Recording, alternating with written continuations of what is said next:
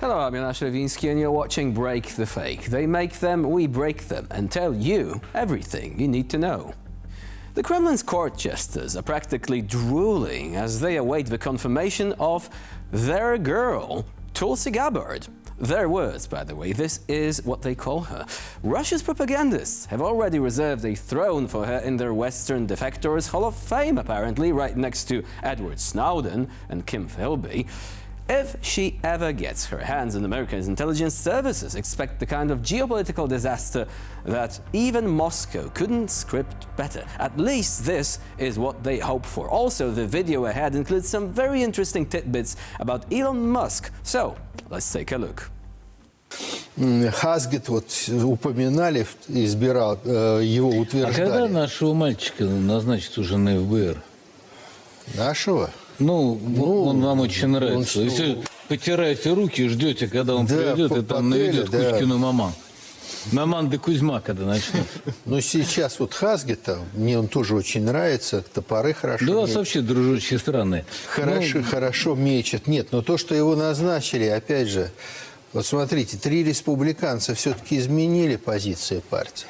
Проголосовали прочим. Ну, Мич МакКоннелл, я думаю, что он сейчас опять завис. Кэша моего когда, наконец, уже приведут к власти? Ну, приведут. Ну, мне просто хочу посмотреть, как Кэш Патель на следующий день превращает ФБР в музей политических репрессий. Их в паре приведут. Их приведут вместе с Пэм Бонди. Кэш будет ловить, Бонди осуждать. А девочка наша? Какая из? Ну, там все, у нас там одна девочка. Разведку. Ну нет. Это... Мы уже сейчас про Тулси Габбард забыли. Тулси Габбард, это не совсем... Ну, когда? Крести. Не знаю, Тулси Габбард может и не прийти, потому что... Что это вот так вдруг? А вдруг ее не одобрят? In the Russian state TV echo chamber, the ever-delightful Olga Skabeyeva and her panel of experts in delusional wishful thinking have actually declared that Donald Trump's election victory is thanks to, wait for it, the courage and determination of Russian soldiers. Yes, that's right. According to the Kremlin, Americans' future was apparently decided by conscripts in muddy trenches somewhere in the Donbass. Who knew mobilized alcoholics and North Korean mercenaries were the true masterminds behind the US democracy? По поводу хамства Трампа. Знаете, я отслеживаю его всю предвыборную кампанию, он уже стал президентом и так далее. Я и до этого говорил, что эта война станет фактором, да, внутренней политики Соединенных Штатов Америки. Я хочу задать один простой вопрос. Стал бы Трамп президентом, если бы Байден в украинском проекте был успешен? Условно говоря, если бы на момент президентских выборов российская армия не наступала бы, а отступала бы, был бы он президентом страны? И вообще, мог бы он с той риторикой, с которой он вышел на свою президентскую кампанию, вообще вести такую кампанию? То есть он нам должен? Конечно, должен. По гроб жизни должен. И мне кажется, ему пора это осознать. Потому что вот это хамство, как мне кажется, оно в этой большой политике, оно абсолютно неприемлемо. Of course, this is all part of Russia's grand plan. Sow divisions between the US and its allies, making sure that Europe and Ukraine start seeing Trump as Putin's errand boy. The Kremlin's dream? A fractured West, an isolated Ukraine, and a divided NATO, all while their talking heads cheer from the sidelines. But here's the thing. Nobody outside Moscow's propaganda bubble is actually buying it. While Skabeyeva and company are busy inflating their own importance, reality keeps crashing down on them. Trump, love him or hate him, has his own agenda, and Russia's fantasy that he will waltz into the White House and gift-wrap Ukraine for Putin is about as likely as a successful Russian offensive in the Kursk region.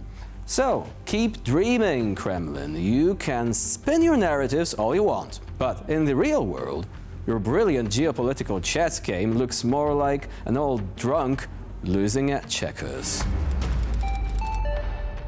Vladimir Putin, the man who rewrote the Russian constitution more times than he has changed his Botox routine, has suddenly discovered his deep respect for Ukraine's legal system. His latest excuse for refusing to negotiate with President Zelensky? Well, according to Putin, Ukraine's constitution doesn't allow for war, meaning Zelensky's term is magically over. Never mind that Putin has been self-declared president for 25 years while treating Russia's constitution like an overpriced roll of toilet paper, apparently democracy in Ukraine must be upheld at all costs. Of course, this nonsense had to be repeated word for word by the Kremlin's favorite microphone stand, Pavel Zarubin, a man whose journalistic integrity is on par with a state-issued refrigerator manual. The world's only official court reporter for a dictatorship, Zarubin faithfully nods along as Putin spins his latest illusions. And this time, Putin decided to get creative with his set design. Instead of the usual bunker backdrop, he ordered a car to be placed inside.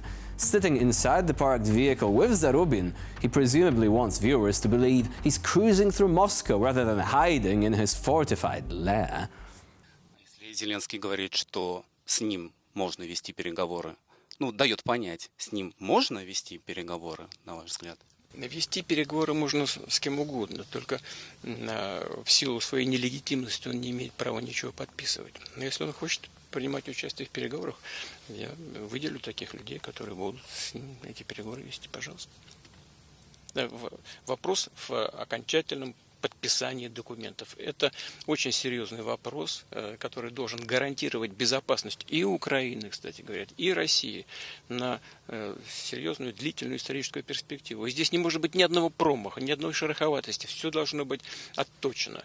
Но в соответствии с Конституцией Украины, президент Украины в условиях, даже в условиях военного положения, не имеет права на продление своих полномочий. На продление полномочий имеет право только представительные органы власти, только Рада, то есть парламент страны.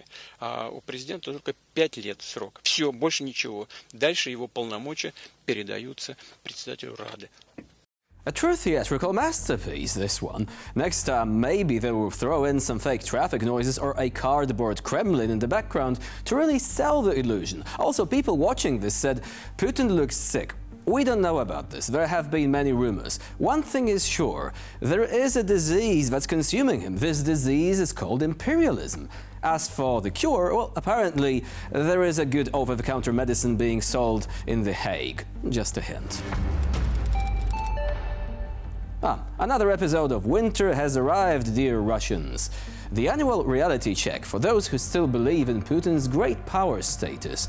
This time we take you to Katanga, where temperatures have dropped to a cozy minus 50 degrees Celsius, and the local infrastructure is collapsing faster than the ruble.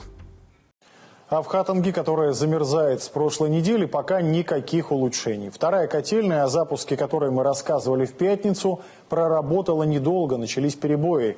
Дым над трубой то исчезает, то вновь появляется, а внутри снег и ни единой души. Это видео нам прислали местные жители. Сейчас в Хатанге небольшое потепление, если так можно сказать, температура минус 16. На прошлой неделе, для сравнения, было 50 градусов ниже нуля. Теплая вода остывает на пути к домам, а краны пересыхают из-за перемерзших труб. Люди не снимают пуховики в квартирах и ругают власти, что те не могут справиться с теплоснабжением, хотя бы запустить вторую котельную.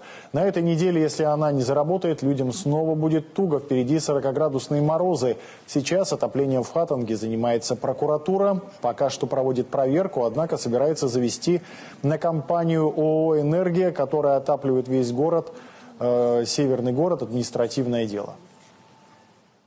You see?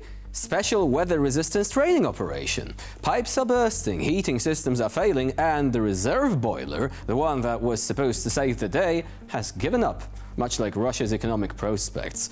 But don't you worry, comrades. While you freeze in your own homes, the Kremlin assures you that trillions of rubles are being well spent on rockets, on propaganda, and bribes for North Korean troops.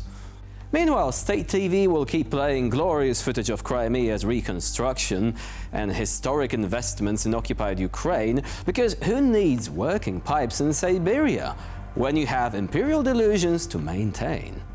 So, as the Russian saying goes, freeze, freeze, little wolf's tail. Just remember, it's all for the motherland. And with this, we conclude this episode of Break the Fake. Please stay with us here on TVP World for more latest news and features.